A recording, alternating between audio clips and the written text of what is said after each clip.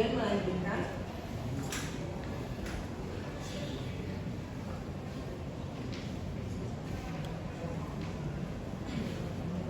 Bahwa pembelaan dari tim penasehat hukum terdakwa dari paragraf 1 sampai dengan paragraf 6 dalam nota pembelaannya telah dengan nyata-nyata semakin memperkuat pembuktian dari penuntut umum, di mana dalam pembelaan-pembelaan tersebut di atas dari paragraf 1 sampai dengan paragraf 6 telah termuat secara nyata di dalam tuntutan yang diambil alih oleh tim penasehat hukum terdakwa.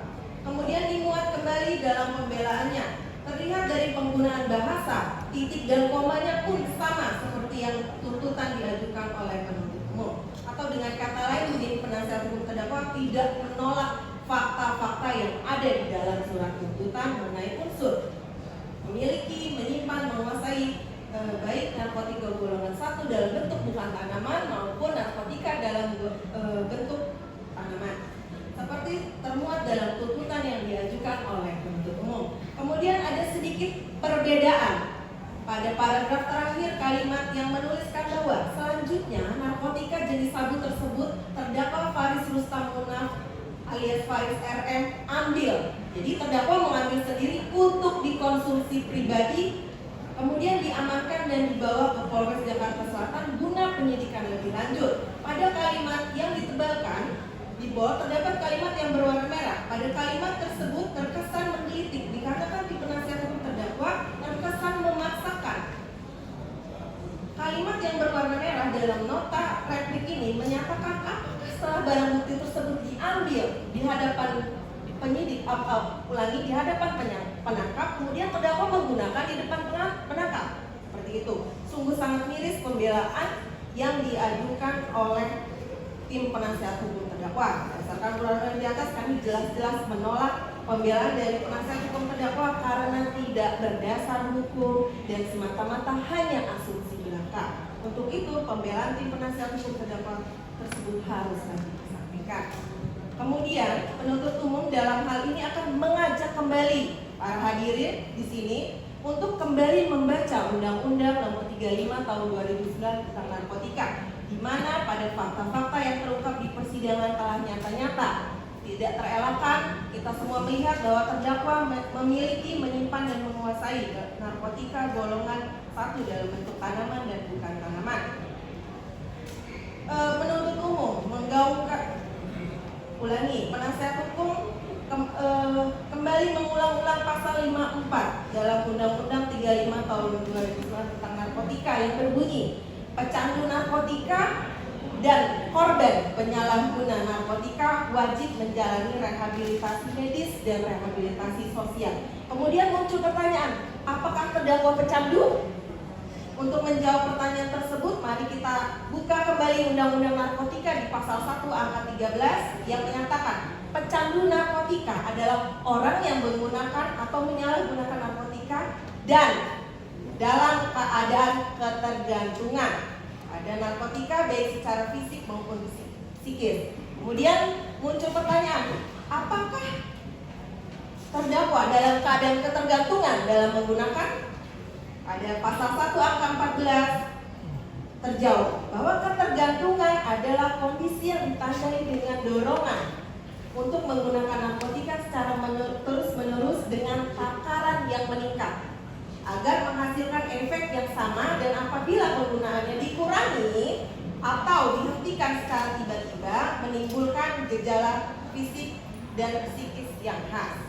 Terungkap di persidangan bahwa telah disepakati juga oleh penasihat hukum dalam pembelaannya kemarin bahwa terdakwa adalah seorang yang sehat jasmani dan rohani.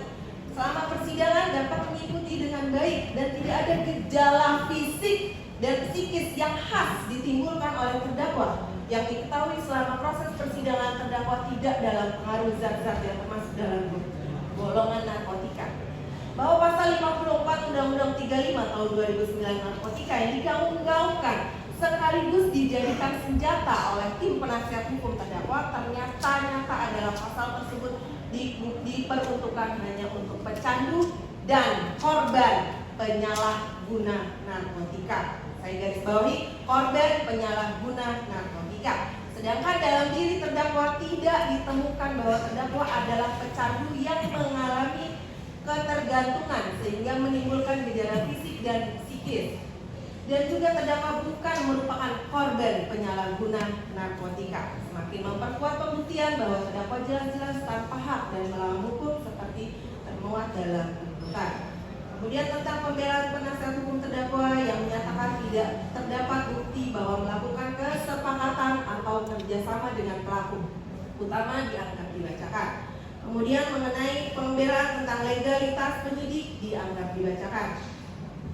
Kemudian keterangan ahli advokat di persidangan bahwa meskipun penuntut umum tidak mencantumkan hal tersebut, bahwa ahli yang diajukan adalah bukanlah ahli yang fakta, di mana seperti dalam contoh dalam kasus pembunuhan diajukan ahli yang melakukan visum terhadap jenazah, itu masuk dalam kualifikasi ahli yang mengetahui apa yang terjadi. Bahwa sebagaimana keterangan ahli yang menyatakan kalau dia penyalahguna atau pecandu, maka negara menjamin penyalahguna mendapatkan upaya rehabilitasi. Ulangi, ahli menyatakan penyalahguna atau pecandu. Yang dipakai dan diatur oleh undang-undang itu ada dua kewajiban, yaitu pertama dengan cara melalui kewajiban penyalahguna atau pecandu untuk melaporkan ke IPWR, kewajiban melaporkan ke IPWR untuk mendapatkan rehabilitasi. Beranjak dari pernyataan ahli yang dihadirkan oleh penasihat hukum, maka adalah tepat terdakwa seharusnya berdasarkan fakta-fakta yang terungkap di persidangan bahwa terdakwa adalah cakap secara hukum. Dan sudah seharusnya dengan kesadaran penuh, seharusnya terdakwa melaporkan dirinya secara sukarela ke institusi penerima wajib lapor. Terlebih lagi, hal ini bukan merupakan hal baru bagi terdakwa, sebagaimana terungkap di persidangan melalui saksi advokat yang menghadirkan dari pihak terdakwa sendiri bahwa terdakwa telah terjerat tindak pidana narkotika bukan hanya satu kali. Kemudian tentang hal yang meringankan yang disampaikan oleh penasihat hukum terdakwa, diantaranya sebagai berikut dari beberapa, saya mengutip. Terdakwa merupakan legenda di dunia musik Indonesia dan memiliki kontribusi yang tidak ternilai untuk negara di sepanjang karirnya. Bahwa terdakwa sangat menyesali perbuatannya. Ini patut dipertanyakan adalah siapa yang menilai dan apa yang dinilai dari terdakwa untuk kontribusinya terhadap negara. Kontribusi seperti apa yang telah diberikan oleh terdakwa untuk negara? Apakah legenda yang digaung-gaungkan oleh penasihat hukum dapat dijadikan panutan dengan rekam jejak tindak pidana narkotika yang telah dilakukan berkali-kali di nomor 182 Pitsus 2015 PNJKT Selatan dan nomor perkara 1491 Pitsus 2018 di Pengadilan Negeri Jakarta Utara dan lainnya.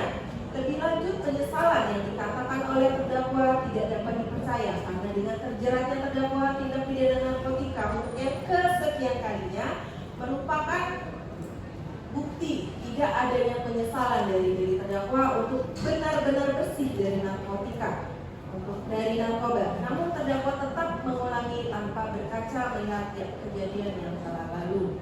Tuntutan yang telah dibacakan pada persidangan sebelumnya merupakan diharapkan dapat menjadi cerminan bagi masyarakat bahwa keadilan masih eksis di tengah-tengah masyarakat dengan tidak tumpul ke atas dan tajam ke bawah, melainkan semua sama kedudukannya di muka hukum senada dengan asas equality before the law, yaitu persamaan di hadapan hukum. Berarti semua orang sama dan setara di depan hukum tanpa diskriminasi. Setiap orang tanpa memandang status sosial, kekayaan, jabatan, musisi ataupun legenda di dunia musik dan faktor lainnya memiliki hak yang sama untuk mendapatkan perlindungan dan diperlakukan sama dalam proses peradilan. Berdasarkan uraian-uraian di atas, penuntut umum dengan jelas-jelas menolak pembelaan dari tim penasihat hukum terdakwa karena tidak berdasar hukum dan semata-mata hanya asumsi belaka. Untuk itu, pembelaan tim penasihat hukum terdakwa tersebut haruslah dikesampingkan. Kemudian tentang unsur-unsur turut serta dalam pasal 55 ayat 1.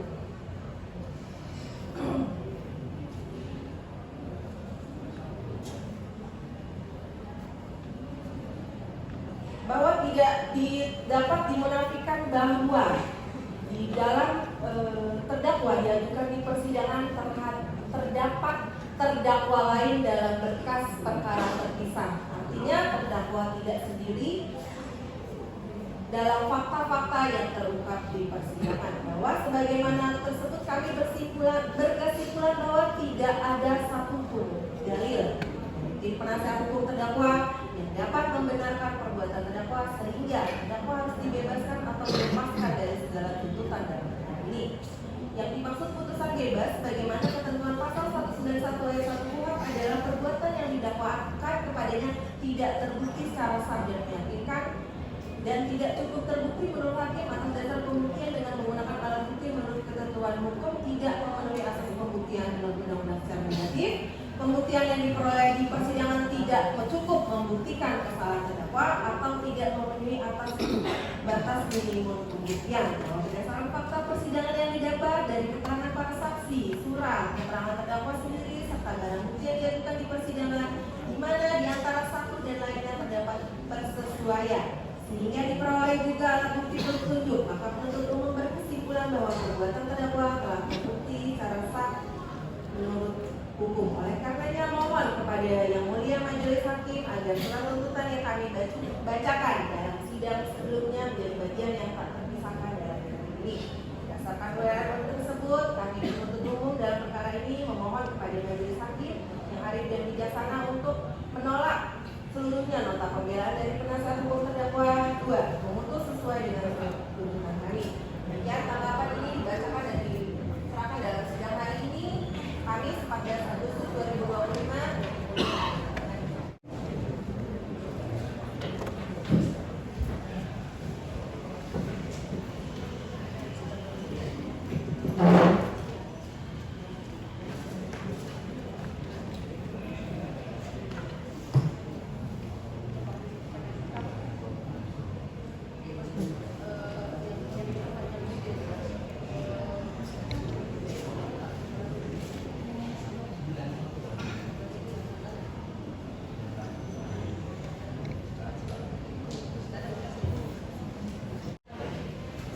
Ya, majelis kami ajukan duplik sekarang.